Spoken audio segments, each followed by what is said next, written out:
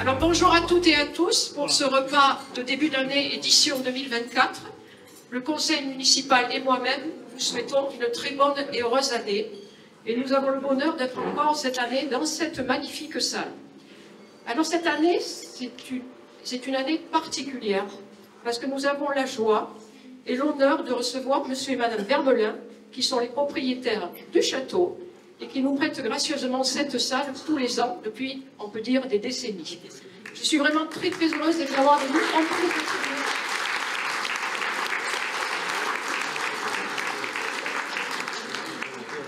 Merci beaucoup. Je vais donner la parole à madame Verbelin. Ce sera une occasion. Vous fassiez connaissance avec elle et avec son mari, bien évidemment. Et j'espère qu'ils seront avec nous les années futures également. Bien, bonne année encore à toutes et à tous. Merci.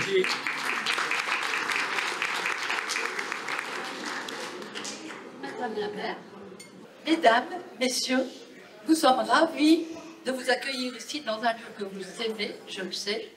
Mon mari et moi sommes vraiment contents.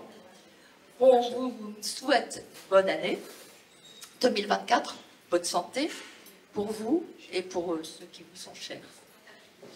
J'avais envie de vous dire quelques mots sur notre histoire ici à Grignols. Depuis 35 ans, en fait, nous avons posé nos valises ici. Et l'histoire est longue, mais je ne la ferai pas très longue, certainement. Donc, en 91, Monsieur Tache, le maire à l'époque, père de Françoise, voulait vendre ce château. Et il était inhabité depuis déjà plusieurs années. Inhabité, pas tout à fait. Il y avait quelques familles de dames blanches qui logeaient dans les tours. Mais c'était tout. Et ça se détériorait, les tours, les toitures, etc., à vitesse grand V. Donc il avait décidé de vendre ce château et il avait le choix entre deux potentiels acheteurs. Une famille parisienne qui avait envie d'être châtelain. Et nous, c'était pas du tout notre but. Notre but, c'était surtout de faire revivre ces pierres, leur redonner leur lustre qu'elles avaient perdu, bien sûr, et puis le faire revivre autrement. À l'époque, c'est vrai qu'on ne savait pas vraiment ce qu'on allait en faire, mais on sentait qu'il y avait un potentiel. Et M. Tache nous a fait confiance. Je crois qu'il n'a pas arrêté. Non, il n'a pas arrêté. Il avait fait le bon choix. La tâche était grande et pleine d'embûches, vous imaginez, parce que c'est grand, c'était dans un triste état, une des 12 métairies qui appartenaient au château était dans un état pas possible, il n'y avait plus de toiture, c'était des tôles ondulées, bon bref. Donc ça a été un travail très très long. Mais on y est arrivé et les gens s'y sentent bien.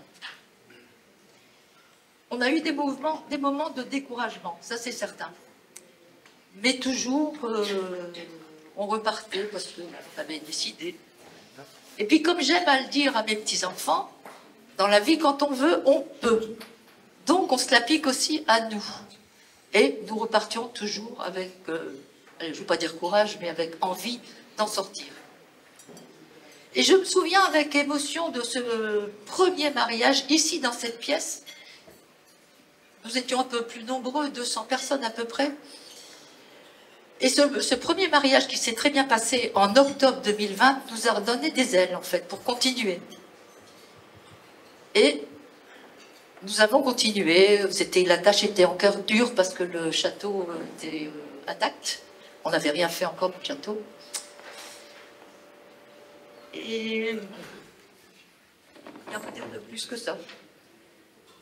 Alors, maintenant, c'est pas Antonio qui est ici qui va me contredire. Il n'y a pas un coin du château qui n'a pas été revu, corrigé, amélioré, pour en faire maintenant 23 chambres accueillantes, répondant aux normes de défense incendie, accès PMR. Tout a été refait dans les règles de l'art et ces 23 chambres sont fort appréciées par les mariés qui viennent ici avec leur famille et leurs témoins une moyenne de 200 personnes chaque week-end d'été. Cette année, nous accueillerons le 450e mariage ici. Je ne sais pas si vous vous rendez compte, mais 450, c'est... Donc,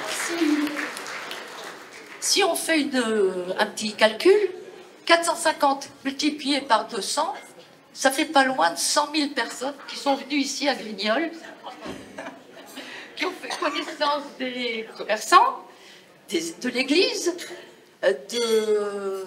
des chambres d'hôtes qui se sont multipliées depuis, la cathédrale de Bazas qui est aussi un bâtiment magnifique, la collégiale du Geste aussi, puis j'en passe certains. En fait, voilà notre histoire. Depuis 35 ans maintenant, ici à Grignoles, donc c'était pas notre ADN, on ne connaissait pas du tout le Sud-Ouest, absolument pas, et maintenant, bon, on y est quand même très attachés. Et j'espère que cette histoire continuera avec vos enfants. On verra. L'avenir me dira. Merci à vous. Bon appétit, bon après-midi. Je voulais vous dire aussi que le château est ouvert. Donc, si vous voulez, vous pouvez aller vous faire un petit tour, vous balader dans les salons du rez-de-chaussée du premier étage. Voilà. Bon appétit. À l'année prochaine, j'espère.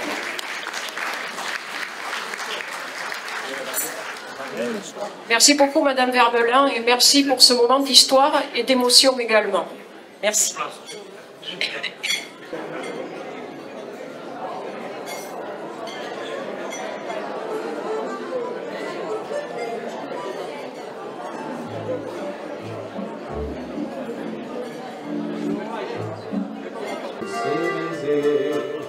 Tout le monde t'appelle la tête,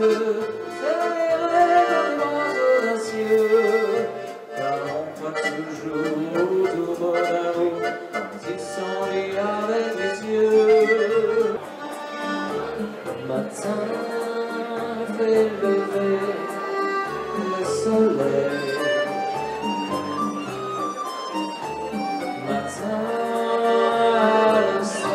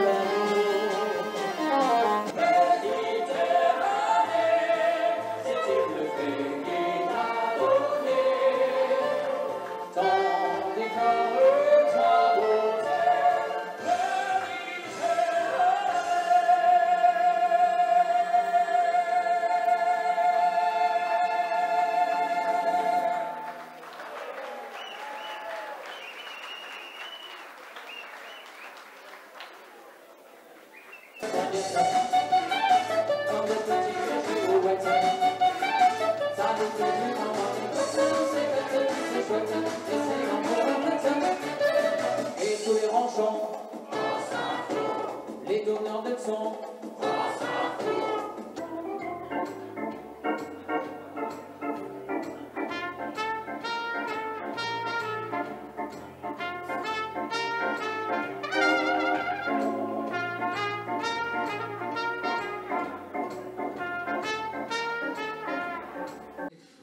Je ne vais pas donner le jour, elle nous le donnera elle-même. C'est Madame Fernande Dupeyron. Merci.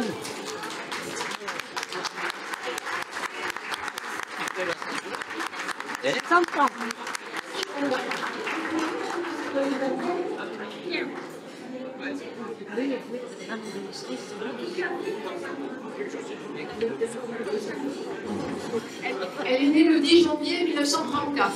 1930.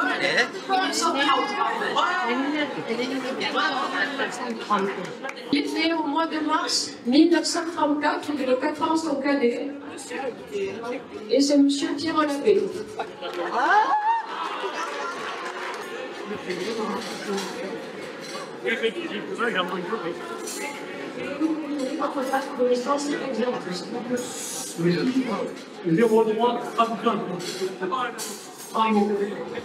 Félicitations.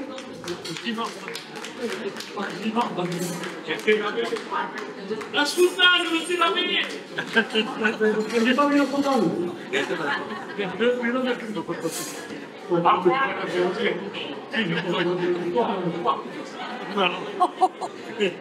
Ce recueil s'appelle Des petits riens pour un tout, et je pense que en fait la vie c'est ça. C'est fait de petits riens qui fait à la fin un tout le plus beau possible. Alors ça s'appelle le vivre ensemble. Eh bien ma foi, ce n'est pas si facile, c'est vrai. Cela s'apprend pour être agile avec les autres, donner du vôtre. Vivre ensemble, c'est se supporter et s'entraider, se respecter et se comprendre, qu'il faut donner avant de prendre. Vivre ensemble, c'est donner de son temps, bien sûr, mais encore, pour vivre ensemble, il faut savoir aimer. L'amour est la source de toutes les révélations.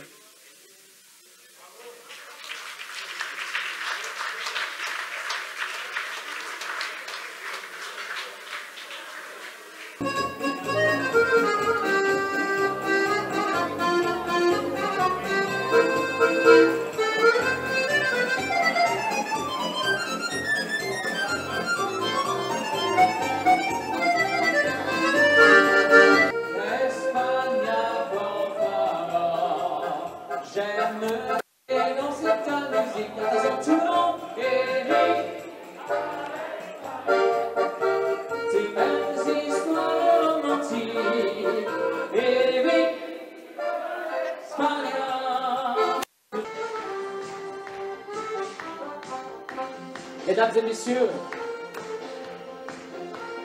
le traiteur et toute l'équipe de service, on peut les applaudir très très fort. Et je vais même vous demander mieux, mesdames et messieurs, car le repas qu'ils nous ont servi aujourd'hui était vraiment exceptionnel. Est-ce qu'on ne pourrait pas se lever pour eux, s'il vous plaît, mesdames et messieurs? Tout le monde debout pour le traiteur et le service, s'il vous plaît.